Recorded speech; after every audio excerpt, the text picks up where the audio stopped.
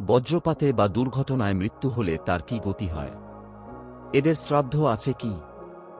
গরুড় পুরাণ মতে স্বাভাবিক আয়ু শেষ হওয়ার আগে যদি কারোর আকস্মিক মৃত্যু, যেমন বজ্রপাতে বা দুর্ঘটনায়, হয় তবে সেই আত্মা প্রেতজনিয়ে প্রাপ্ত হয়।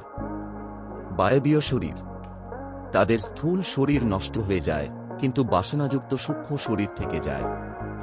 যন্ত্রণা, আকস্মিক মৃত্যুর ফলে আত্মা বিভ্রান্ত হয়ে পড়ে।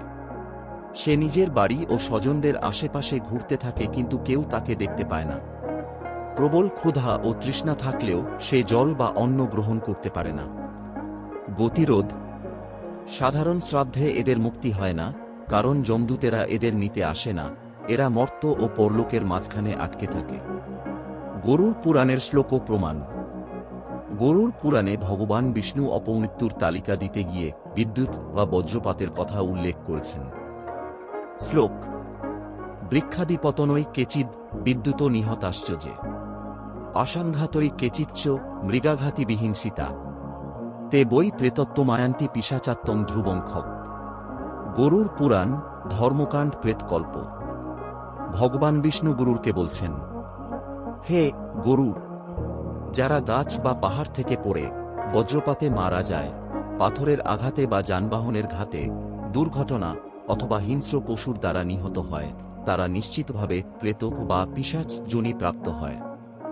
এখন আমরা জানব রাজা ভ্রুবাহন ও প্রেতের কথোপকথন। ত্রেতা যুগে ভ্রুবাহন নামে এক ধার্মিক রাজা ছিলেন। একদিন তিনি শিকারে গিয়ে গভীর বনে পথ হারিয়ে ফেলেন। তৃষ্ণার্ত হয়ে তিনি একটি জলাশয়ের কাছে গেলেন। সেখানে তিনি এক ভয়ানক দর্শন প্রেতকে দেখতে পেলেন। প্রেতটি ছিল কঙ্কালসার, উস্কোখুস্কো চুল এবং ক্ষুধায় আর্তনাদ করছিল।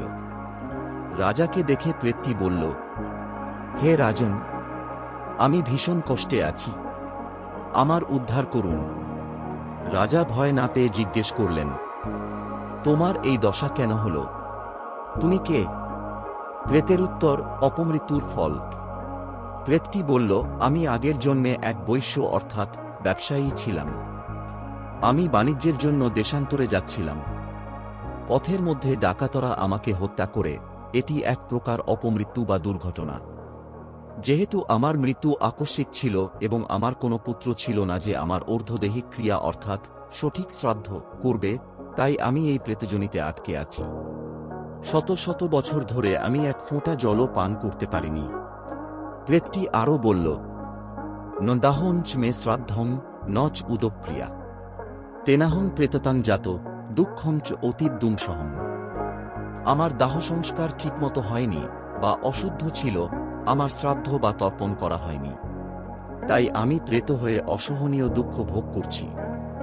এখন আমরা জানব কিভাবে সে মুক্তি পেল। প্রেতটি রাজাকে অনুরোধ করল, আপনি দয়া করে গয়াধামে গিয়ে আমার নামে পিণ্ডদান করুন এবং নারায়ণ বলি দিন। রাজা ভ্রুবাহন ফিরে এসে সেই অজ্ঞাত প্রেতের জন্য বিধিমতো শ্রাদ্ধ ও পূজা করলেন। এর ফলে সেই প্রেত দিব্যদেহ লাভ করে স্বর্গে গমন করল। এদের শ্রাদ্ধ আছে কি? সমাধান ও বিধি। হ্যাঁ, এদের শ্রাদ্ধ আছে, তবে সাধারণ নিয়মের চেয়ে তা ভিন্ন। গরুড় পুরাণ অনুযায়ী করণীয় হল নারায়ণ বলি। বজ্রপাতে বা দুর্ঘটনায় মারা গেলে সাধারণ শ্রাদ্ধ, আদ্যশ্রাদ্ধ করার আগে নারায়ণ বলি যজ্ঞ করা আবশ্যক।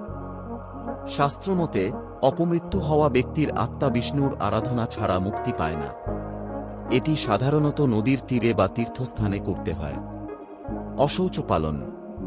কলিযুগের প্রথা অনুযায়ী আত্মীয়রা পূর্ণ অশৌচ 10-11 দিন পালন করেন, কিন্তু শ্রাদ্ধের দিন পুরোহিত প্রথমে প্রায়শ্চিত্ত করিয়ে নেন এবং পরে শ্রাদ্ধ করেন।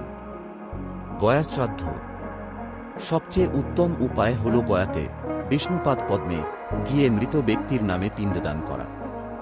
এতে বজ্রপাত বা দুর্ঘটনায় মৃত ব্যক্তি প্রেতজনি থেকে তৎক্ষণাৎ মুক্তি পায় এবং পিতৃলোকে স্থান পায়। বর্ষশ্রাদ্ধ তর্পণ। প্রথম 1 বছর প্রতি মাসে মাসিক শ্রাদ্ধ এবং বছরে একবার বাৎসরিক শ্রাদ্ধ অবশ্যই করতে হবে, যাতে আত্মাটি ধীরে ধীরে শান্ত হয়। শারকথা। বজ্রপাতে বা গাড়িতে মৃত্যু হলে ভয় পাওয়ার কিছু নেই, যদি পরিবারের লোকজন সঠিক বিধান মেনে নারায়ণ বলি ও গয়া শ্রাদ্ধ করেন, তবে সেই আত্মা নিশ্চিতভাবেই সদ্গতি লাভ করে। বলুন রাধে রাধে। বন্ধুরা, ভিডিওটি ভালো লাগলে চ্যানেলটিকে সাবস্ক্রাইব করুন আর কমেন্টে আপনার মতামত জানিয়ে যাবেন।